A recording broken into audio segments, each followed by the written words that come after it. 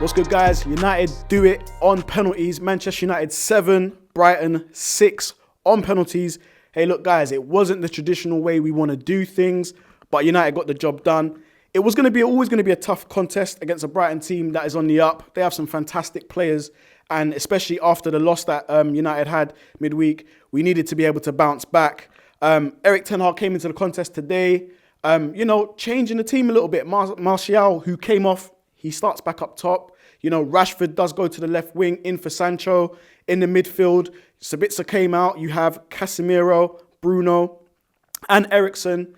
And in the back four, which was probably, the biggest thing, was there was no Harry Maguire.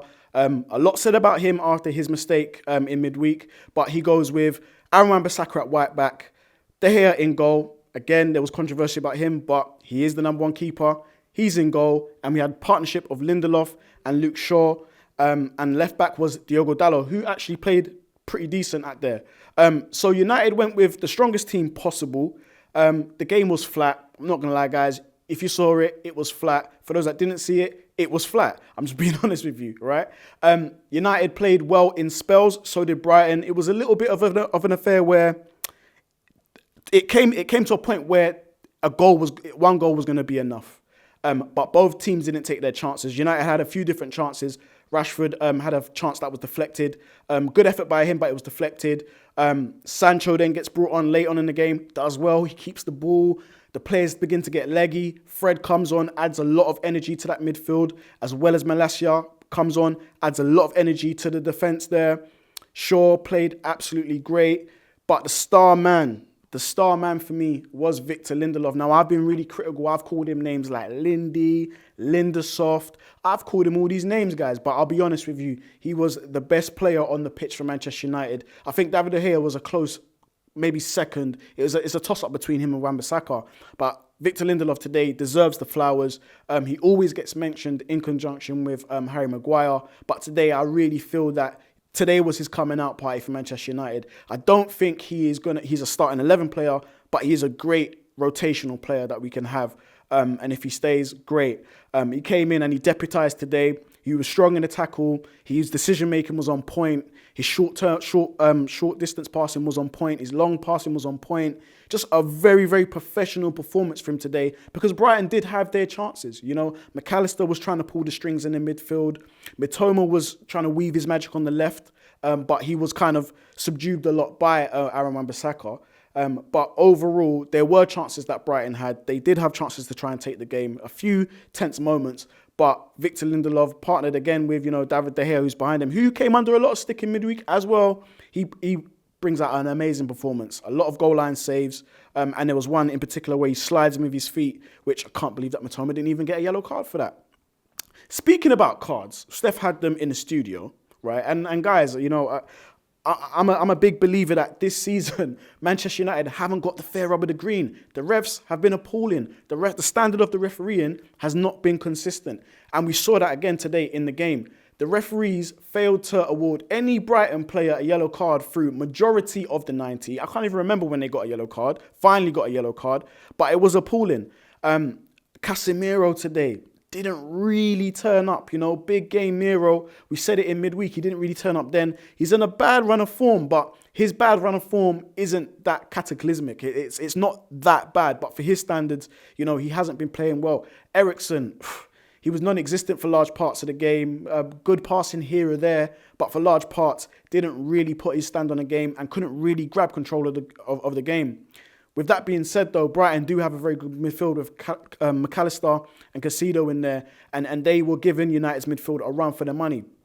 Bruno Fernandes, for me, who was a bright spark early on in the first half. He had a few chances. He was running beyond Martial. He was getting into a lot of good opportunities just outside of the box, around the number 10 position, but definitely into the last final third with runs. He was doing some amazing work, but then slowly starts to, fall back into a flat display. The game, for large parts, got a little bit boring. No team with cutting edge. And you're starting to think, the belief starts to go down, guys. You start to think about midweek. You start to think, oh my gosh, what if we don't get a goal? Rashford goes towards the end of the 90. Rashford goes close with a shot. But again, his performance, very muted. Marcus Rashford is our big game player at the moment, but just didn't show up tonight. But it was going to take luck. it was always going to take luck. Once that 90 went, and once we went into extra time, and both teams, again, were failing to put the ball in the back of the net, it was left down to the dreaded penalties. And guys, as you know, Manchester United in recent history have not done well with penalties. Villarreal does come to mind when we think about penalty shootouts. We go into the penalty shootout and everybody in the studio is emotional. I'm emotional, Steph's emotional, Sol's emotional, Rafa's emotional, Micah's emotional. We're all emotional because we're thinking, oh no, not again. By this point, most of our best players have been taken off. They're feeling leggy. Bruno, I think, had an ankle injury, so we hope he's back pretty soon, pretty sharpish. Martial went off. The gaffer brings on Weghorst. He brings on Weghorst, Fred, Sancho. So now we're thinking, oh my gosh, we're going into the penalties. Can we really be effective here? We've got a bad history. So we go into the penalties, and some of the penalties from Manchester United, in particular for me, the one that won it, Victor Lindelof, amazing penalty, top bins.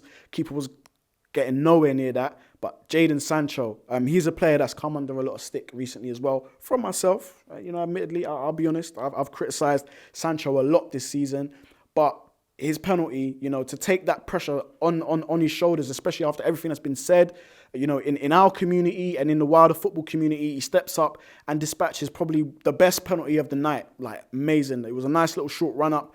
Bam, top bins, very accurate, so cold, and let's hope he can kick on from that. And I know it's just a penalty, but let's hope he can kick on from that. Manchester United now have secured themselves in the final against our dreaded rivals, City. And hey, look, let's be honest here, City are the best team in the country at the moment. I think Arsenal are a close second, but it's a one-off game. We'll go into Wembley, and we need to get the job done. Haaland comes to mind when we talk about their threats, but United have threats too. If we can get some players back from injury, like, Bruno Fernandes, we don't know how serious it was. Looks like to be a little bit of a knock. He was limping. So if we can get him back sharpest and try and get some form going in before that game, we can definitely give them a run for their money. And hey, look, we've already beat them. So, they are there to be beat. And what a way for Ten Hag to, sort of like cap off this season if, say, we beat them, because we have beaten them before. And Ten Hag has said it before, he said, hey, we beat them before, However, they are a very, very good team, the best team in the land at the moment. And we're going to have to be on our A game. You can't be turning up in the final the way we turned up today. We can't be doing that. So let's hope that the boys pick up some form. Just talking about more of the players, man, I'm thinking about Anthony. He started off very bright. Do you know what? Anthony's defensive work today was better than his attacking play today. His defensive work was amazing. The tracking back, constant tracking back. He's quite strong. He's physical. He's got a bit of that, he's got a bit of that dog in him. Yeah, we saw that from Anthony today, right? And that's why I think Ten Hag always seems to pick him. His defensive contributions are amazing. Wan-Bissaka, again, he had a very, very big challenge ahead of him. Matoma today. He managed to take Matoma out of the game and make Matoma off his game. He muted Matoma for large parts of the game, and that's a big up to him. But guys, we are going to the final. Big up to Manchester United. Big up to Erik ten Hag, right? We can do this. We have to believe, and that is the key word, believe. Guys, we're signing out. Peace.